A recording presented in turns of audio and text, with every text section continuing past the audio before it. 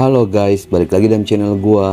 Guys, hari ini gua akan ngebahas kasus tentang pembunuhan yang dimana pelaku ini duduk santai setelah melakukan pembunuhan kepada istrinya sendiri. Permasalahan apa di balik peristiwa tersebut? Yuk kita simak videonya.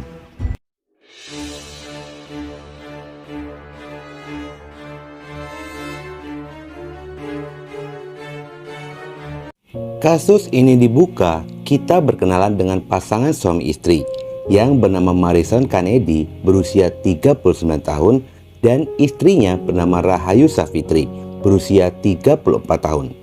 Marison yang merupakan warga kelurahan pensiunan Kecamatan Kepahyang, Kabupaten Kepahyang, Provinsi Bengkulu. Dia bekerja sebagai karyawan di salah satu usaha furnitur daerah kelurahan pensiunan. Pertemuan mereka pun diawali pada tahun 2007 yang silam. Marison yang pada saat itu masih lajang bertemu dengan gadis cantik di perkebunan kunyit. Dia pun mendekatinya lalu meminta untuk berkenalan. Gadis itu adalah Rahayu Savitri atau sering dipanggil Ayu. Ayu yang pada saat itu ditemani oleh adiknya yang bernama Marlina sedang mengambil kunyit di kebun untuk memasak.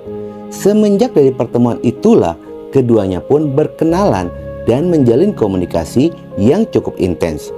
Tidak lama berselang dari pertemuan itu, keduanya pun memutuskan untuk berpacaran. Hingga 2 tahun lamanya keduanya menjalin kisah asmara.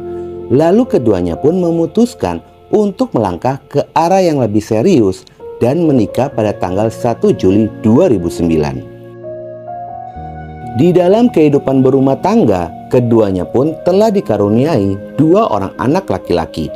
Anak pertamanya saat ini duduk di bangku sekolah kelas 2 SMPN 1 Kepahyang.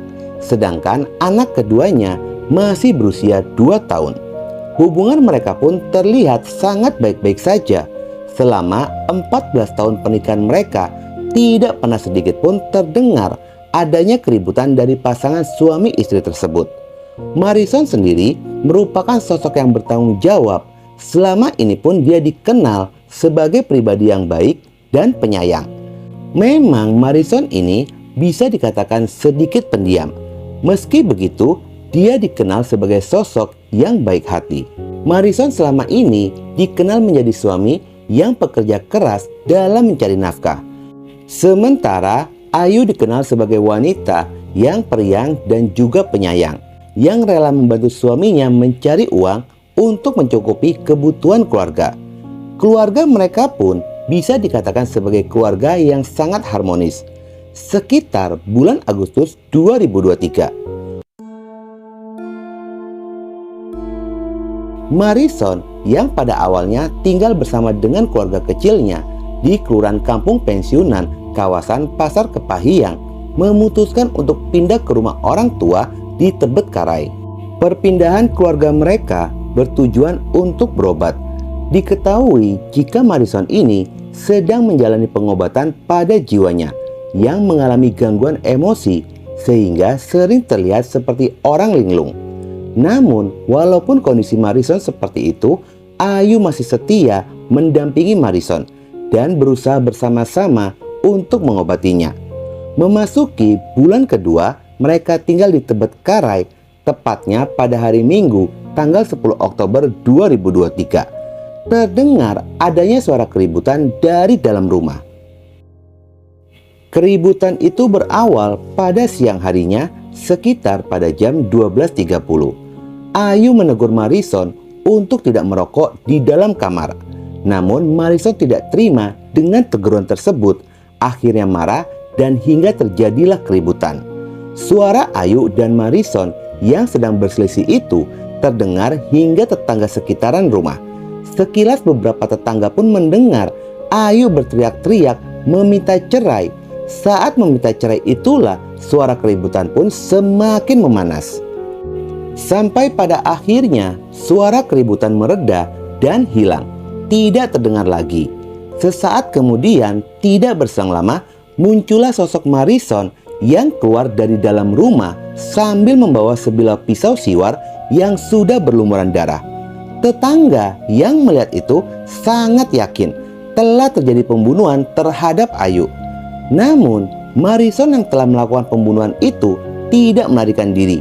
Dia hanya duduk terdiam di depan pintu, dan saat didekati, Morrison pun mengancam akan melukai siapapun yang berani mendekatinya. Warga segera melaporkan kejadian itu kepada pihak kepolisian dan hanya bisa melihat Marison dari kejauhan. Setibanya polisi di lokasi kejadian, pihak kepolisian pun tidak dapat langsung menangkap Marison. Marison yang masih memegang sajam terus mengancam orang-orang yang berada di sekelilingnya. Bahkan Marison pun hampir melukai 3 orang anggota polisi yang sedang berupaya untuk menangkapnya. Pihak kepolisian bersama tokoh masyarakat melakukan negosiasi kepada Marison. Namun upaya mereka pun sia-sia. Hampir 1 jam mereka melakukan negosiasi, tetap saja tidak menemukan adanya titik temu. Pada akhirnya, ada salah satu anggota polisi bernama Bribtu Wahyu dari unit Buser Elang berhasil menangkap Marison dengan cara menyergapnya dari belakang pada saat Marison sedang lengah.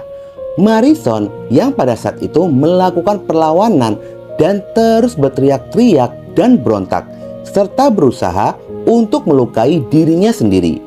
Ternyata bukan hanya pada saat penyergapan itu saja. Sebelumnya Marison ini sempat meminum cairan berbahaya untuk mengakhiri hidupnya. Marison yang berhasil diamankan segera dibawa ke RSUD Kepahyang untuk dilakukan pengecekan kondisi kesehatannya. Untuk dugaan sementara itu? Dugaan sementara ada kesinggungan dari suaminya karena ditegur oleh istri. Ditegur? Ditegur istri. Pasalnya apa? Kami masih menetapkan mungkin 351 ayat itu. Sementara Ayu ditemukan sudah tidak bernyawa dan segera dilakukan evakuasi menuju RSUD Kepahyang. Ayu pun dinyatakan telah meninggal dunia setelah mengalami 3 luka tikaman sajam. Luka-luka tersebut hasil tikaman yang dilayangkan oleh suaminya sendiri, yaitu Marison, menggunakan sajam pisau yang mengenai tubuh istrinya pada bagian punggung sebelah kiri, dada depan sebelah kiri, dan perut bawah sebelah kanan, hingga membuat usus Ayu pun terurai keluar. Dari peristiwa tersebut, pihak kepolisian pun mengamankan alat bukti berupa 1 bilas sajam berjenis pedang dan pisau siwar, 1 botol racun rumput, 1 gelas kaca, dan pakaian yang dikenakan oleh korban. Tidak ada satupun keluarga yang mempercayai kekejian dari Marison tersebut lantaran sosok Marison ini bukanlah seorang yang temperamen. Tubuh Ayu dikembalikan kepada pihak keluarga untuk segera disemayamkan di dekat rumah orang tua dari Ayu di TPU Kampung Pensiunan, Kecamatan Kepahyang. Sementara Marison yang masih dalam perawatan pihak rumah sakit, tim dokter pun melakukan pompa lambung untuk mengeluarkan racun yang telah diminum olehnya. Pada hari Selasa, tanggal 24 Oktober 2023, Direktur Rumah Sakit RSUD Kepahyang, Dr. Femi Nursanda, mengatakan jika kondisi fisik dari Marison sudah membaik, namun belum diketahui kondisi psikisnya. Secara fisik, Marison sudah dapat diajak berkomunikasi. Meskipun kondisinya sudah membaik, Marison masih harus menjalani perawatan sampai hasil observasi dari dokter menyimpulkan jika Marison ini sudah bisa menjalani rawat jalan. Pada hari Rabu, tanggal 25 Oktober 2023, malam harinya, Marison menyampaikan sesuatu kepada polisi yang menjaganya saat berada di RSUD Kepahyang. Marison ini mengakui jika dirinya hilaf telah membunuh sang istri. Hal itu dilakukan lantaran merasa cemburu dan mencurigai Ayu telah memiliki laki-laki lain. Kecurigaan dari Marison ini pun semakin menjadi ketika Ayu meminta untuk bercerai. Dari pernyataan itulah yang menjadi dasar pihak kepolisian untuk menyimpulkan dugaan motif pembunuhan adalah cemburu penyebab pelaku nekat melakukan pembunuhan terhadap istrinya sendiri.